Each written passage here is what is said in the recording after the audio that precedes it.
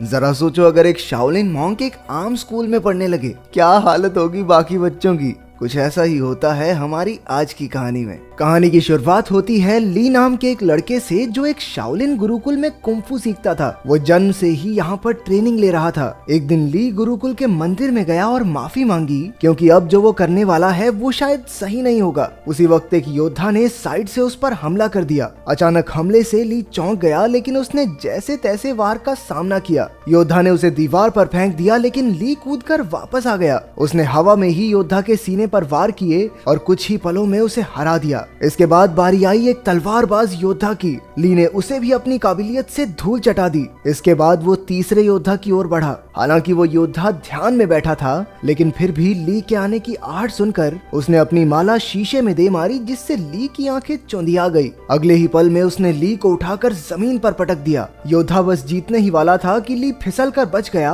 और फिर दोनों में जबरदस्त लड़ाई शुरू हो गई। अंत में जीत ली की ही हुई। फिर वो मंदिर में सर झुकाकर बाहर चला गया। गुरुकुल के टीचर ने उसे बताया कि परीक्षा में उसने सबसे ज्यादा हुनर दिखाया है, इसलिए उसे शहर के नए स्कूल में जाने का मौका मिलेगा। शहर में वो 3 लोगों के परिवार के साथ रहेगा, जिसमें 2 बच्चे और एक उनका पिता है। वो आदमी दरअसल एक साइंटिस्ट है जो गुरुकुल के टीचर को जानता था। इसके बाद ली नए शहर की ओर रवाना हो गया। नए स्कूल में एक 15 साल का लड़का फैंग था जो टाइकोंडो का खिलाड़ी था। उसकी छोटी बहन शैन शैन अपने भाई से बेहद प्यार करती थी। स्कूल के टाइकोंडो क्लब को लैन संभालती थी। वो फैंग के मुकाबले देखकर उसे उसकी कमियां बताती थी ताकि वो और बेहतर हो सके। लैन का भाई तो एक नंबर का पेटू था। उसे हर वक्त खाने के सिवा कुछ नहीं सूझता था। वो चारों अच्छे दोस्त थे और आसपास ही रहते थे। दरअसल ली लैन के घर ही रहने आने वाला था। उनके पिता डॉक्टर हैन कड़ी मेहनत से काम में जुटे थे। उसकी पत्नी कई साल पहले गुजर गई थी, तो अब वो काम में मस्त रहता था। वो एक खास डिवाइस तैयार कर रहा था जिस पर शहर के गुंडों की नजर थी। डॉक्टर हैन ने बच्चों को कॉल किया, पर लैन खुश नहीं थी क्योंकि उसके पिता कभी घर ही नहीं आते थे। डॉक्टर हैन ने जल्द ही आने का वादा किया और उन्हें एक तोहफा खोलने को कहा जो उसने घर पर भिजवाया था। असल में उस डब्बे में वही डिवाइस था जो वो गुंडे चुराना चाहते थे। तभी ली ने दरवाजा खटखटाया और लैन उसे अंदर ले आई। वो उसे उसका कमरा दिखाने ले गई और उधर उसके पिता को गुंडों ने बंदी बना लिया। उस गैंग के लीडर लैरी ने डॉक्टर हैन को धमकाकर उससे वो डिवाइस मांगा। डॉक्टर हैन ने कहा कि ऐसा तो कोई डिवाइस है ही नहीं। उसने बताया कि वो तो एआई टेक्नोलॉजी पर काम कर रहा है, जिससे कि उसके बच्चे अपनी माँ की आवाज वाले रोबोट से बात कर सकें। लेकिन लैरी को उस पर विश्वास नहीं हुआ। उसने सीसीटीवी फुटेज से पता लगाया कि वो डिवाइस तो डॉक्टर हैन के घर जा चुका है। फिर लैरी के 2 चेलों ने आगे बढ़कर डिवाइस चुरा कर लाने का जिम्मा ले लिया। स्लॉपी और फिस्ट काफी खुश थे क्योंकि गुंडे बनने के बाद ये उनका पहला मिशन था। उन दोनों ने अजीबोगरीब कपड़ों से भेष बदला और लैन के घर के बाहर जाकर खड़े हो गए। उनमें से एक ने रात को अंदर घुसने का फैसला किया, लेकिन फिर दूसरा कहने लगा कि बच्चों ने स्कूल चले ही जाना है, दिन में चुरा लेंगे भाई, क्या हो गया। घर में ली नए शहर के तौर तरीके सीख रहा था। उसने लैन को टाइकोंडो मैच देखते हुए देखा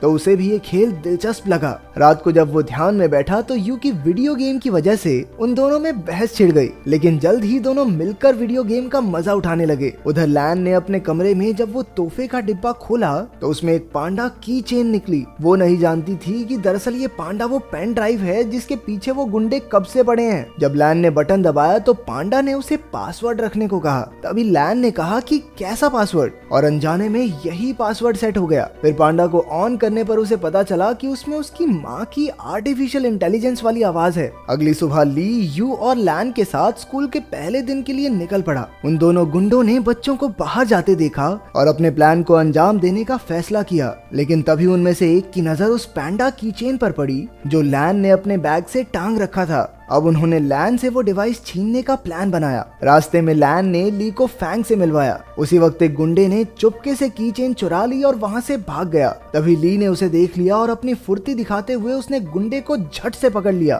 तभी फैंग भी उसका साथ देने आ गया और दोनों ने मिलकर उस गुंडे की खूब धुलाई की, लेकिन वो गुंडा अब भी नहीं माना और एक बार फिर से पैंडा चुरा कर भाग निकला। अब की बार उन सभी दोस्तों ने मिलकर उसे कचरे के डब्बे में फिट करके सड़क से लुढ़का दिया। फिर स्कूल में ली की क्लास के बच्चे एक शाओलिन योद्धा को देखकर हैरान रह गए। वो उससे पूछने लगे कि क्या कभी वो शादी कर सकता है। वो उससे उल्टे पुल्टे सवाल पूछने लगे। तुम कभी शादी कर सकते हो क्या? भाई कुंफू करके दिखा दे भाई। हाँ, एक बार दिखा दो। हाँ, एक बार भाई, एक बार कुंफू करके दिखा दे भाई, मजा आ जाएगा।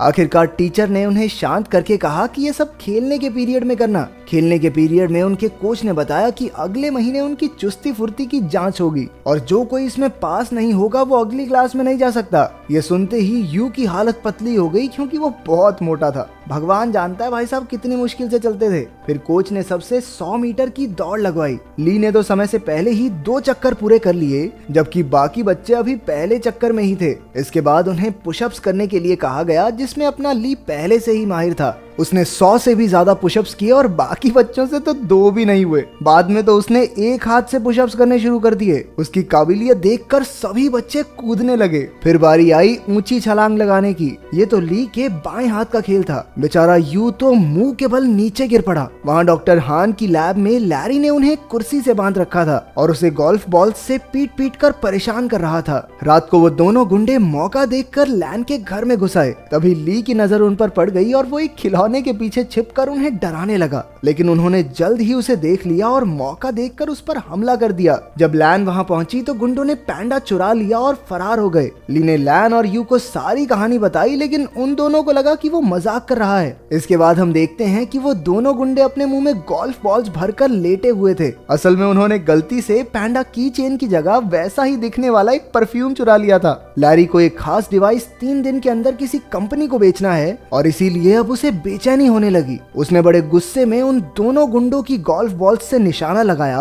और उन्हें धमकाकर जल्द से जल्द वो खास डिवाइस लाने का ऑर्डर दे दिया। अगले दिन स्कूल में सारे बच्चे फैंग का टाइकोंडो मुकाबला देख रहे थे। वहीं यू और शैन शैन पीछे बैठी 2 बदसूरत लड़कियों के बारे में बातें करने लगी। ये लड़कियां कोई और नहीं बल्कि वो दोनों गुंडे ही थे जो भेष बदल कर वहां आए थे। उन्हें लैन के बैग पर वो पैंडा दिखाई दिया और दोनों उसे चुराने के लिए सही मौके का इंतजार करने लगे। उसी वक्त ली ने फैंग को एक मुकाबले की चुनौती दी। इस मजेदार मुकाबले को देखने के लिए सभी बच्चे भागकर आगे चले गए। अब सही मौका देखकर गुंडों ने बैग से पैंडा चुराने की कोशिश की, लेकिन इस चक्कर में उनके नकली बाल वहीं फंस गए। उधर मुकाबले में फैंग और ली में जबरदस्त टक्कर हो रही थी। दोनों ही एक दूसरे पर भारी पड़ रहे थे। आखिरकार दोनों ने एक दूसरे को ना मारने का फैसला किया और मुकाबला खत्म हुआ। उसी वक्त सबने पीछे मुड़कर उन दोनों गुंडों को पहचान लिया। बच्चों ने मिलकर उन पर हमला बोल दिया, लेकिन इस बार वो एक बच्ची को मारने की धमकी देकर पैंडा डिवाइस लेकर भाग गए। फिर बच्चे मिलकर प्रिंसिपल के पास गए और पुलिस को बुलाकर सारा माजरा समझाया। वहीं ली खुद को इस सब का जिम्मेदार समझ रहा था, क्योंकि अगर उसने फैंग को चुनौती नहीं दी होती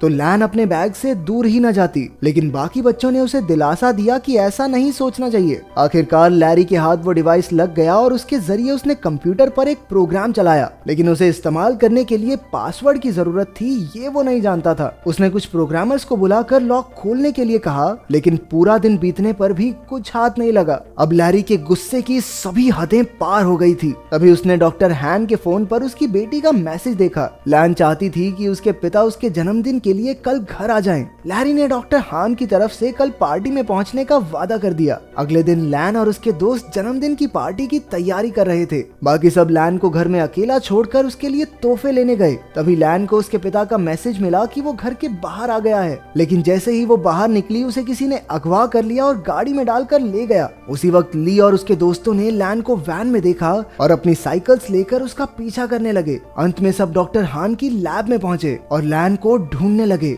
वहीं लैरी और उसके बिजनेस पार्टनर में बहस छिड़ी हुई थी, क्योंकि लैरी उस खास डिवाइस को कल बेचने वाला था, लेकिन अब तक उसे उसका पासवर्ड तो पता नहीं। अब लैरी गुस्से में लैन के गले पर चाकू रखकर उससे पासवर्ड पूछने लगा। लैन ने जवाब दिया, कैसा पासवर्ड? और उसी वक्त वो प्रोग्राम चालू हो गया। बाहर शुरुआत वाले दोनों गुंडे अड्डे की रखवाली कर रहे थे। ली और फैंग ने उन पर हमला करके उन्हें कुछ ही पलों में चित कर दिया, लेकिन इसके बाद उनका सामना हुआ लैरी के आदमी ब्रैडली से। वो भी एक खतरनाक फाइटर था, इसलिए ली और फैंग मिलकर भी उसे हरा नहीं पा रहे थे। अंदर लैब में लैरी की डील पक्की होने ही वाली थी कि उसी वक्त यू ने आकर चुपके से अपनी बहन और पिता को रिहा कर दिया। ली ने भी वहां पहुंचकर गुंडों का मुकाबला किया। उसी वक्त लैरी पेन ड्राइव वाला बैग लेकर बाहर की ओर भागा, लेकिन डॉक्टर हान, यू और लैन ने मिलकर उसकी धुलाई कर दी। ली एक बार फिर से ब्रैडली के साथ मुकाबला करने में फैंग का साथ देने पहुंच गया। आखिरकार वो दोनों मिलकर उसे हराने में कामयाब हो गए। अंत में पुलिस भी वहां पहुंच गई और सारे गुंडों को पकड़ लिया। बाद में ली और यू को उनकी बहादुरी के लिए प्रिंसिपल ने मेडल दिए। अगर वीडियो पसंद आई तो लाइक कर देना, चैनल को सब्सक्राइब कर देना। मिलते हैं अगली वीडियो में।